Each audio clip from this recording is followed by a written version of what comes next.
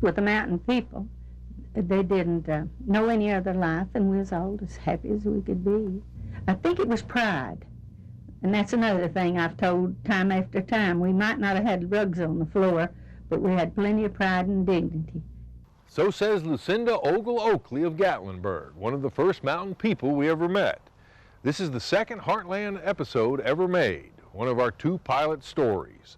A mountain woman of today who remembers a different yesterday. In a moment, she shares it with us. I'm Bill Landry, and this is Founders Day on Heartland Tonight. It's the best of the Heartland Series with Bill Landry on Heartland Tonight. Tennessee is calling, rolling hills all dressed in green. Hear the Heartland calling, like an Appalachian spring. Smoky Mountain night is falling, the Heartland's calling me, calling me.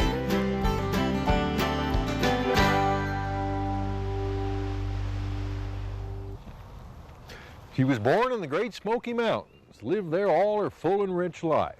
One day when the Heartland Series was just an idea, we sat down with Lucinda. She shared what it was like with us to grow up in the Great Smoky Mountains. I don't ever remember being hungry. We practiced ecology, if that's what you call it, when it's a word I'm not used to using, ecology, but I know what they mean.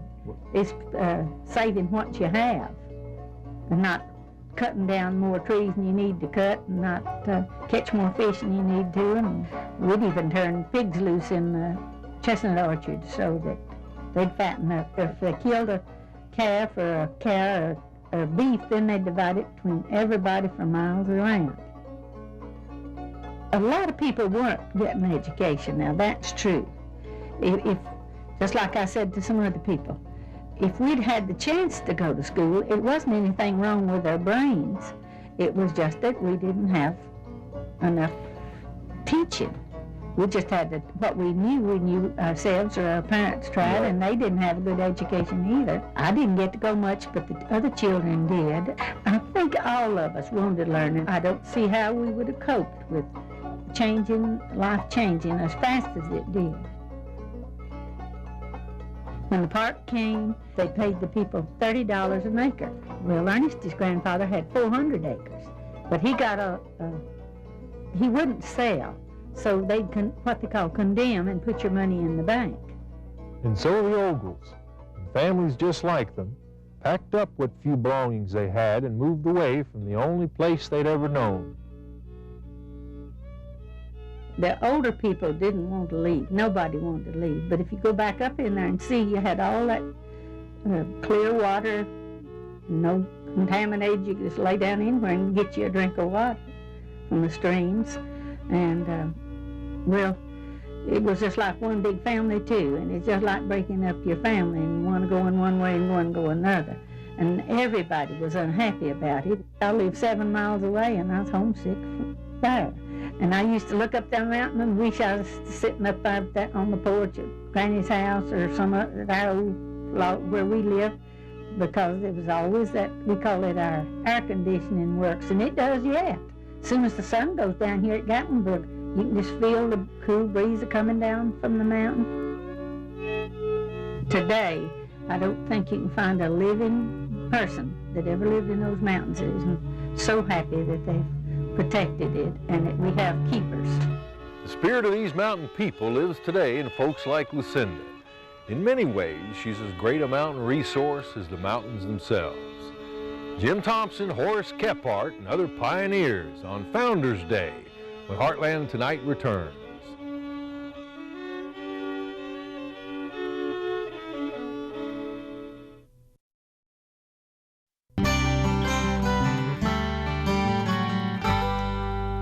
The philosopher Basho once said, "We seek not to follow in the footsteps of the men of old, but to seek what they sought." What was true yesterday is still true today, and that certainly refers to the work Jim Thompson did nearly a century ago. It was true then, and it's still true today.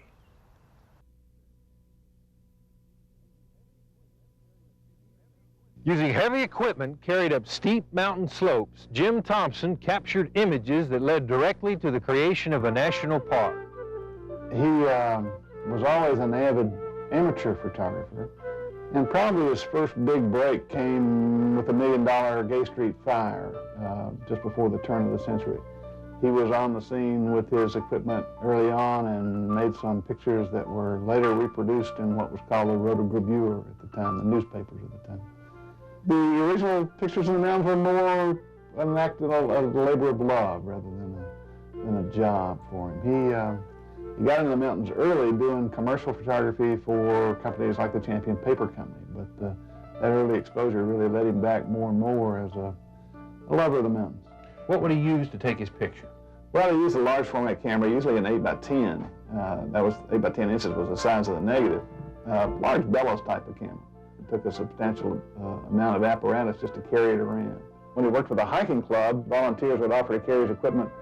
They would often get separated on the trail. It would take a lot of effort sometimes to get his helpers together.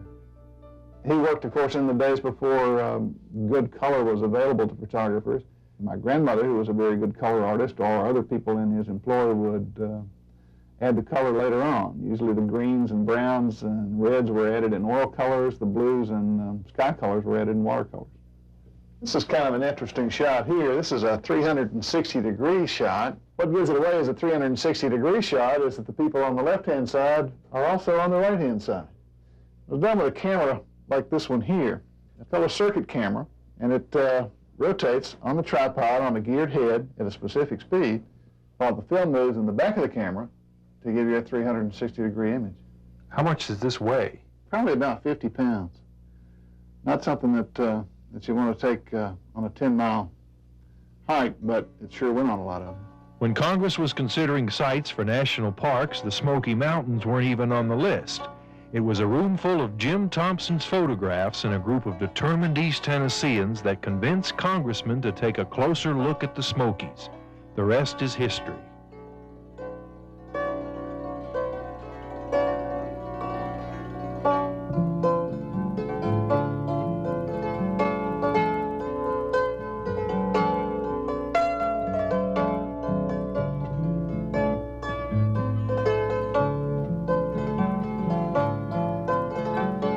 The splendor of these mountains is preserved in Jim Thompson's work with a power and a grace shared by few before or few since.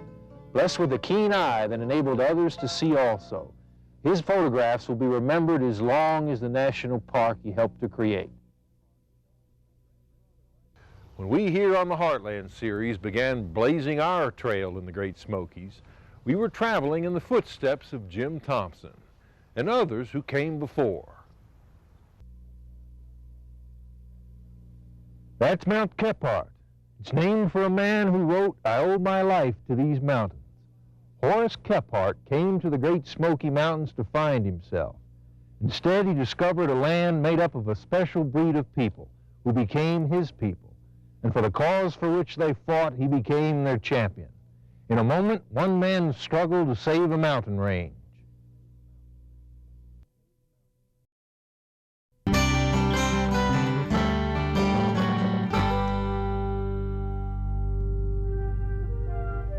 An unlikely mountain hero, Horace Kephart was in turn a Yale librarian, an Italian literary scholar, and director of the Mercantile Library in St. Louis. There he compiled one of the greatest collections of American frontier history yet assembled. Amidst diaries of long-dead mountain men, Horace Kephart's imagination began to kindle. He began to lose himself completely in an imaginary world of pioneer adventure. His calculating mind burned for release. He became lost to the world. Finally, he left both his job and his family and began to drink heavily. In his archives, desperate now and alone, he began searching for the most desolate, God-forsaken part of the world. A back of beyond, he called it. And on an old map, he found it. Here was the last vestige of true wilderness east of the Mississippi, the Great Smoky Mountains. It was 1904 when Horace Kephart first appeared in the Smokies. A troubled man, lost again to alcohol with which he waged a lifelong battle. He found his back of beyond in the cabin along Hazel Creek in North Carolina. Slowly a transformation began. The mountain men and women became his friends. The mountains and the people who lived here were now his passion. He systematically recorded all that he observed, and he began to write.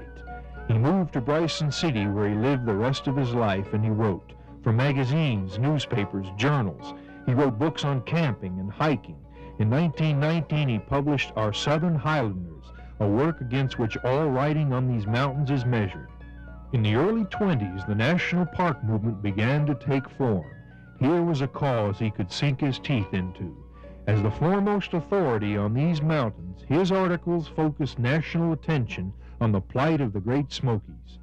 Horace Kephart did not live to see the national park he fought so hard to establish.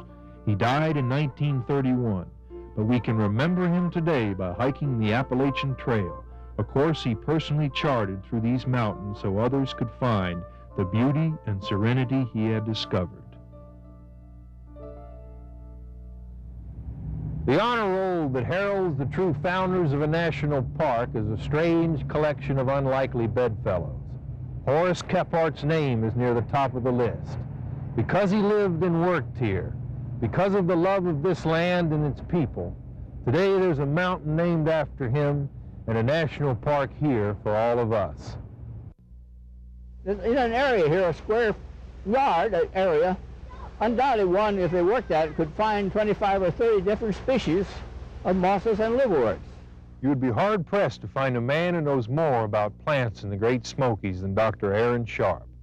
Quietly and humbly, for 55 years, he has observed, collected, and been amazed by the green world around him. In his lifetime, Dr. Sharp has seen a forest spring from barren hillsides. Wide-eyed and eager, Dr. Aaron Sharp arrived here 55 years ago. As the first park botanist, he had a lot to learn.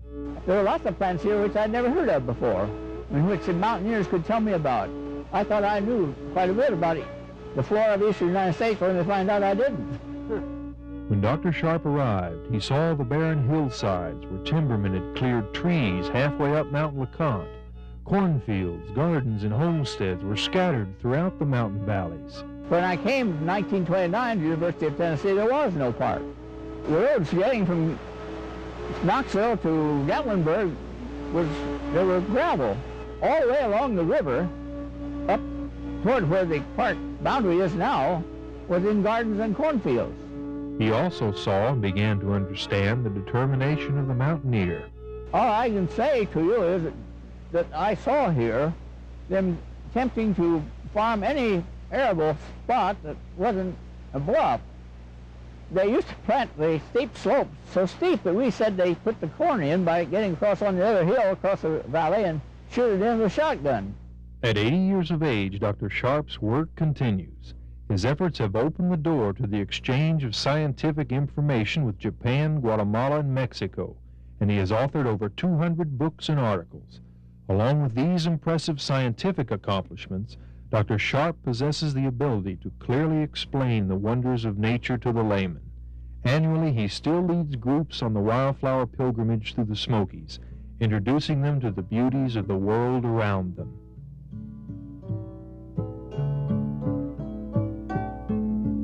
How do you feel about this park? Well, I wouldn't leave this area. As you can see, I've stayed here at the University of Tennessee for 55 years, and after I returned from my 2 years on a Guggenheim Fellowship in Mexico, I had either 7 or 8 chances to go to other institutions at larger salaries, one of them twice as much. But I wouldn't think of leaving the Smokies. Why? Because, in a sense, it's a botanist's paradise. Where, as I say, in the continental United States, can you find so many species? It seems if you drop a seed anywhere in the Smokies, a plant will grow, even on top of a rock. Dr. Sharp was one of the first to draw attention to a phenomenon called piggybacking. Here's a rhododendron plant. Looks as if it's growing out of the birch, but actually it's growing on the debris and the decaying part of the birch, and is not in any sense a parasite. Man's knowledge of the universe and of his creator must include some knowledge of the plants on which he's dependent. That's a very essential part of our understanding of the universe and the creator, is to know how we're dependent on nature and through nature on on the creation. Ever look at a sunflower? The center is composed of hundreds of little flowers. It's a veritable corsage, a bouquet all its own. Dr. Aaron Sharp has been pointing out little mysteries like this one for over 55 years. He has helped us to understand and appreciate the natural wonders that make up the Great Smoky Mountains. Dr. Jack Sharp helped us throughout the years, whenever or whatever we asked of him, and we miss him. Next, one of our favorite stories. Meet Maynard Ledbetter of Cades Cove. To some people, homecomings are gatherings of friends and family. To others, it's a solitary and personal experience. Maynard Ledbetter is one who prefers to walk alone. Sitting right around down here, right down there is where the house is. This is the garden all up in here. When you walk in this area now, what kind of feelings does it bring back? Well, it brings back lots of feelings, memories when I grew up here. That's the reason I walk this cove so much. Walk here in the cove. When we come back, one of our favorite shows of all time, when Founders Day continues on Heartland Tonight.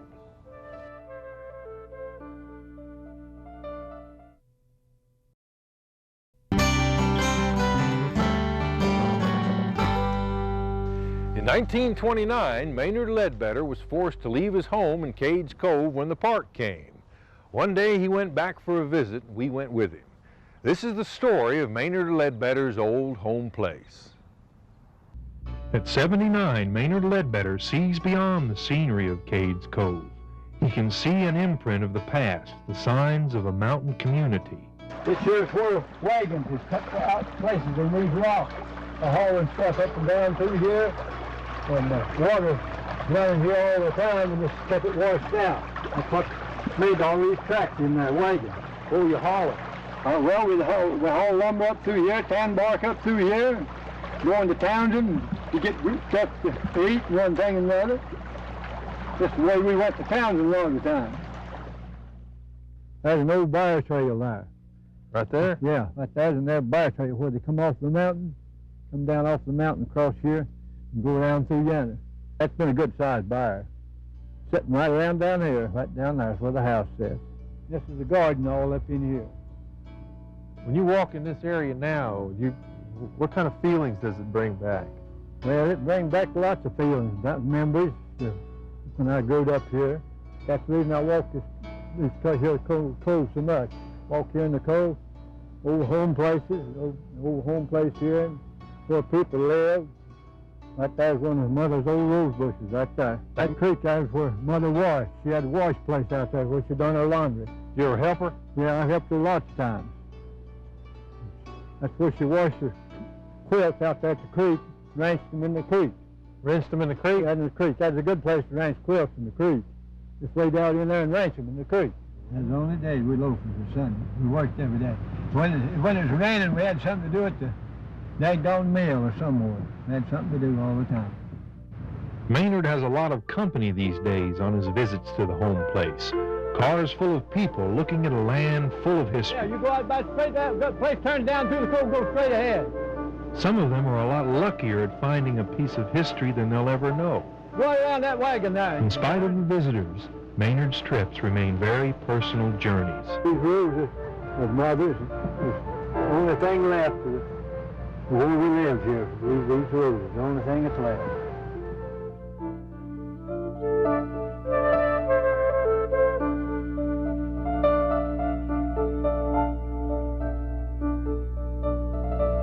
This land has come full circle now, from forest wilderness to a bustling rural community and back again.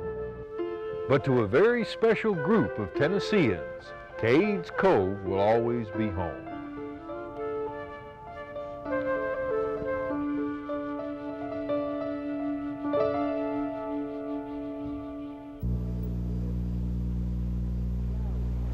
He wasn't a frontiersman or a mountain man, but he went where few white men dared to go. With only his love of nature to protect him, he ventured deep into the heart of the Cherokee country. In 1775, an unlikely explorer named Billy Bartram climbed the ridge and found the Great Smoky Mountains. The Indians called him Puck Puggy, the flower hunter. Billy Bartram was an unlikely adventurer. Small, quiet, he was a Quaker who loved nature. In the forests, he was at home. Back home in Philadelphia, Billy was a failure from a well-known family. Benjamin Franklin even offered him a job as a printer. But all Billy wanted to do was to hunt flowers and draw pictures of wild things. One fateful trip brought him here. Heading north from Charleston into Cherokee country, he was warned by the Indian agent not to go, but up the Savannah River he went. He crossed the Little Tennessee and into North Carolina. Past Franklin, just south of Bryson City. Exhausted, he rested there. Here again, he was warned not to continue. Still, Billy pressed onward, bone-tired and alone. And this is what Billy found when the land still belonged to the Cherokee. He saw forests older than the time of dinosaurs, rugged oaks, pines, and poplars. And flowers, did Billy find flowers, mountain iris and rhododendron and laurel, dogwoods everywhere. He had discovered a new world. The flame azalea scared him. He thought the hills were alive with fire. He was wild with delight.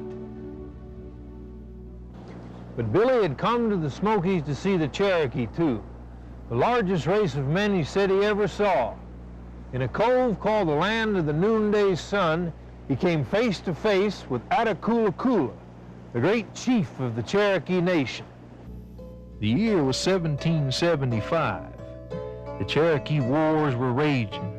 Here was Billy Bartram, a lone white man deep in hostile Indian territory. You can imagine Billy's heart must have been pounding in his throat when he met face to face with the fierce chief Attakulla. But there must have been something in the small, quiet Quaker's nature that the chief knew and understood that Billy was a man of peace. The chief smiled. Billy waved, and they parted. He lived on to write The Travels of Billy Bartram, the book that influenced great poets, philosophers, and statesmen all around the Western world. William Bartram, the flower hunter, introduced the Great Smoky Mountains to the world. A fitting choice for our first Heartland, our pilot episode about an unlikely explorer, as are we all. We hope all you unlikely explorers continue to search out with childlike wonder what life holds for you. And come and join us again next week on another journey here on Heartland Tonight.